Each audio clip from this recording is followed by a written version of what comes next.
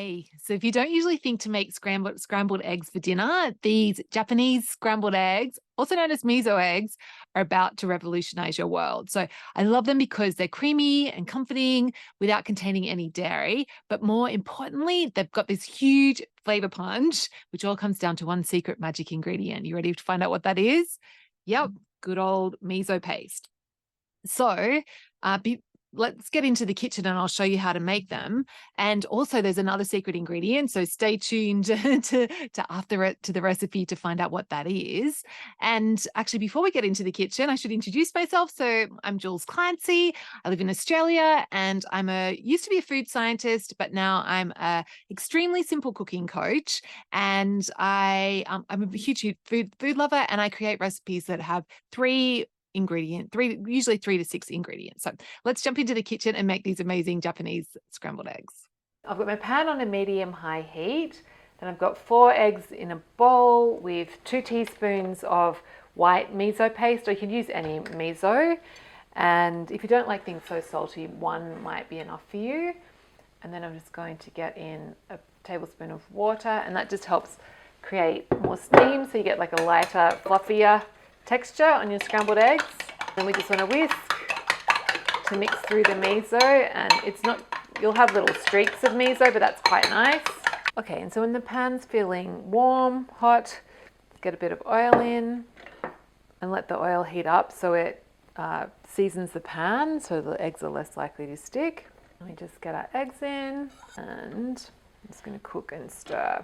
So if you want bigger curds for your eggs, you can stir it less frequently, but if you want finer curds, then just stir more frequently. So when the eggs are mostly cooked like that, you can see that depending on the temperature, it will take longer or less time. You want to remove from the heat and then pour them into your plate.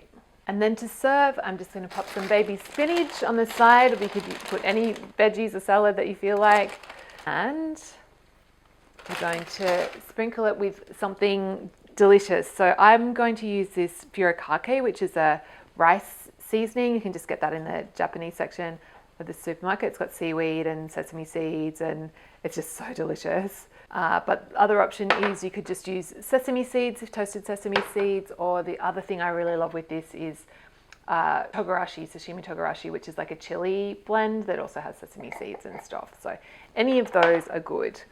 And we're good to go.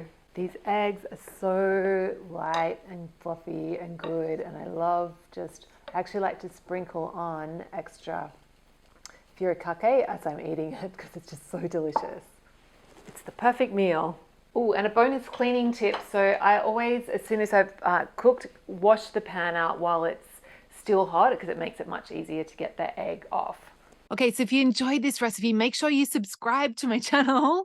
And also, the story behind this recipe, I promised you at the beginning I was going to share with you the second secret ingredient for this, and it's really that furikake. So it's like this Japanese rice sprinkle, and it's used to be, well, it's a seasoning sprinkle. It's generally used in Japanese cooking to sprinkle over rice, to season rice, but I love it on all sorts of protein. Like it's amazing, like in all sorts of dishes. It's particularly unexpected places, and it's really great with these eggs.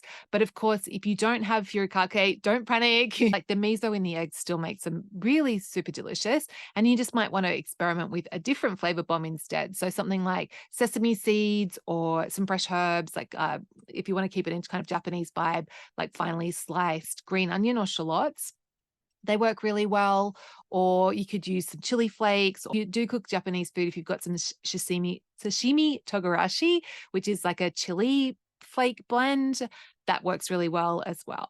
One thing that's a bit different that I do with all my recipes is I include variations, because you might not have a good ingredient, and you might be or you might have different dietary requirements.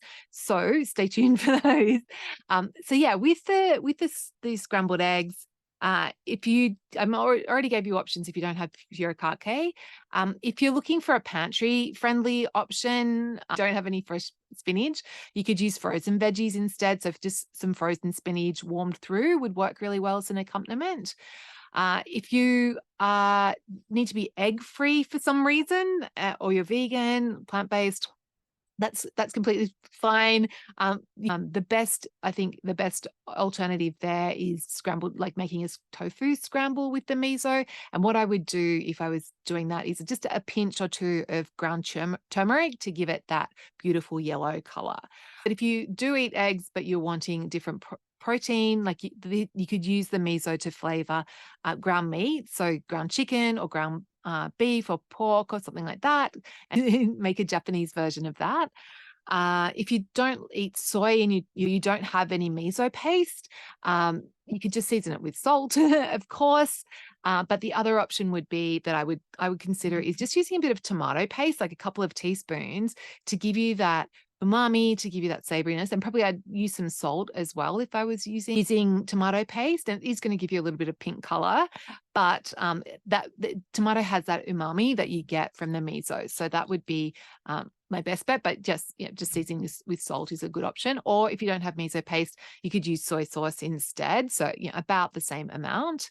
If you want to make it more of a substantial meal, if you're into eating carbs, you could serve it with steamed rice, or you could serve it on toast, of course.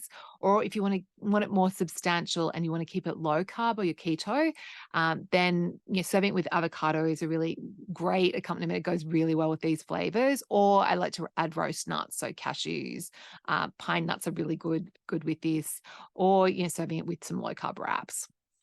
And in terms of different vegetables that you can use with this, like I've just used baby spinach because it's easy. You just open the packet and plonk it on the plate. But like any vegetables that you're excited about will work with these eggs. Like they've got that kind of neutral, savory base that goes really well. And I do particularly love mushrooms. If I happen to have some mushrooms around, I'll often serve them with these eggs. But snow peas or sugar snap peas can be really lovely here. But any green veg or just any salad is going to work well. And if you wanted to serve this to guests, if you were like looking for a more fancy option, then I'd go all out with my accompaniment and actually make like maybe a shaved cabbage salad or a broccoli salad or something like that. And if you're looking for any recipes for things like this, if you check out the link in the show notes or the descriptor, then you can check out the links to the recipes on my website, Stone Soup. And actually, while you're there, you could grab my free app. Pretty much it for variations. And in terms of problem solving, the thing to really look out for with the eggs is overcooking. Like that's the thing that makes eggs not taste great. And so what you want to do is just make sure as soon as they're looking almost set, get them off the heat rather than get them out of the pan, rather than waiting until they're completely set, and they are going to continue to cook a little bit afterwards. So I hope you found that helpful. And if you have any questions and I'd love to hear from you, like do you have any special dietary requirements or that you need to cater for? Just leave a comment below and I'll get back to you and we can work around finding a solution for your unique situation. And I'd also love to hear which option are you excited to try? So hope you've enjoyed this, and I will look forward to seeing you next time. Okay, bye.